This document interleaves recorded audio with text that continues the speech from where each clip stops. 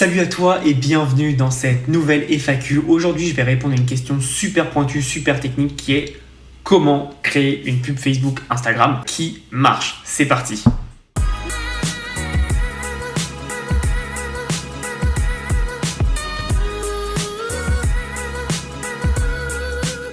Donc si tu es intéressé par ce format, n'hésite pas à mettre un commentaire et si tu as des questions à me poser, tu as un petit formulaire où tu peux me poser ta question et je le répondrai en vidéo et ça peut te permettre d'avoir une réponse beaucoup plus détaillée que si je te répondais à un petit message ou un petit mail. Donc la question d'aujourd'hui, c'est comment faire une pub Facebook, Instagram qui marche. Alors la personne me dit pas le ciblage, pourtant je pense que c'est très important le ciblage et la plupart des personnes pensent que c'est le design qui va pas marcher. Le ciblage c'est ultra important, j'ai déjà fait une vidéo sur le sujet. En fait, on apprend à droite à gauche qu'il faut cibler des audiences entre 500 000, 1 million, 2 millions. Et ça, c'est la plus grosse erreur. En fait, quand tu fais ça, tu fais tout simplement ce que fait la télé. C'est-à-dire tu vises une masse. Mais toi, tu ne dois pas viser une masse. Facebook te donne la possibilité d'avoir quelque chose d'ultra niché et d'avoir en fait une cible précise. Et donc, avant tout ça, il faut créer ton avatar client et le mettre là, dans ta cible et cibler cet avatar client.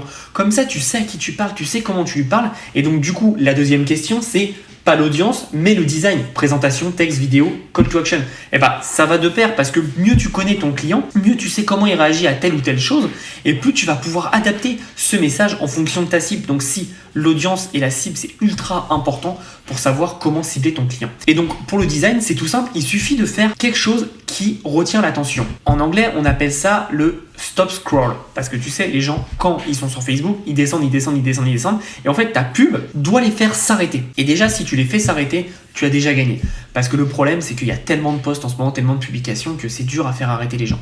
Et pour ça, soit tu mets des choses qui interpellent leur attention.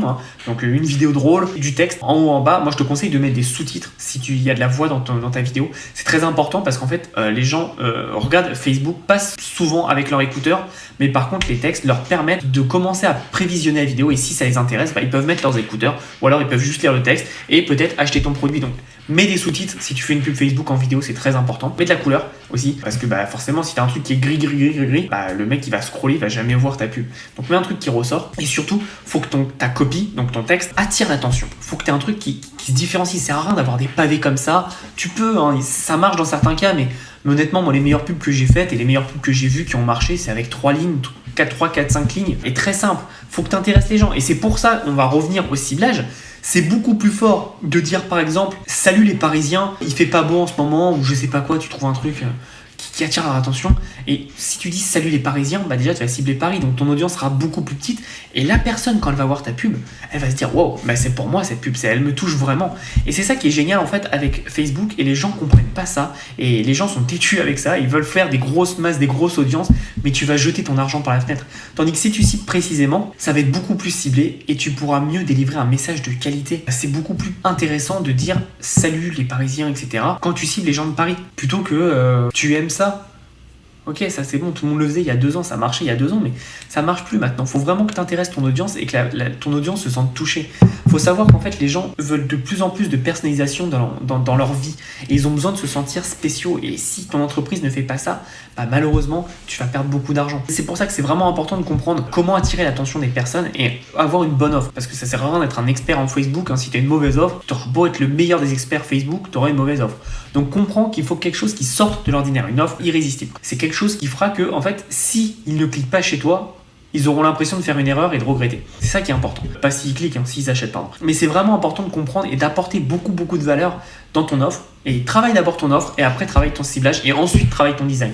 Et évidemment, tu peux avoir un ciblage qui est exceptionnel. Comme je te dis, pas trop gros. Moi, je te dis, plus de 100 000, ça suffit pour le début. Et après, tu grossis évidemment. C'est comme tout, faut pas rester bloqué. Et quand je dis ça aux gens, ils disent oui, mais comment je fais pour scaler Calme-toi, teste déjà petite audience et après tu te développes. Mais ça sert à rien de vouloir tout mettre d'un coup.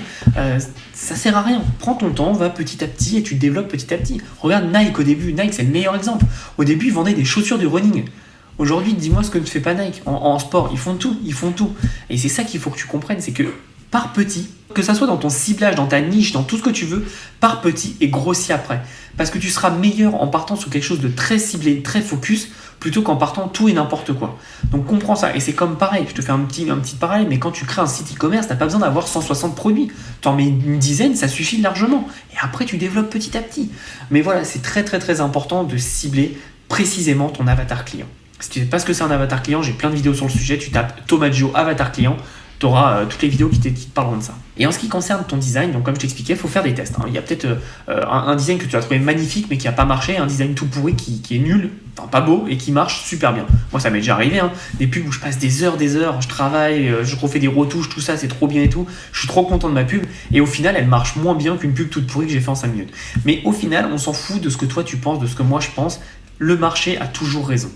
Et si le marché dit que cette pub marche mieux, alors focus sur cette pub et lâche-toi, tout simplement. Ne tombe pas amoureux de tes pubs, ne tombe pas amoureux de tes produits, juste regarde les données, tu mets, tu testes, tu vois ce qui marche et tu arrêtes ce qui marche pas. C'était tout pour cette petite vidéo. Si t'es pas abonné à la chaîne et que tu me découvres, abonne-toi, je fais des vidéos pour t'apporter un maximum de valeur sur le business et t'aider à créer ton business en ligne. Et surtout, si tu veux aller plus loin, n'hésite pas à poser une question dans le formulaire dans la description et je répondrai avec grand plaisir. Je te remercie et encore une fois, passe à l'action.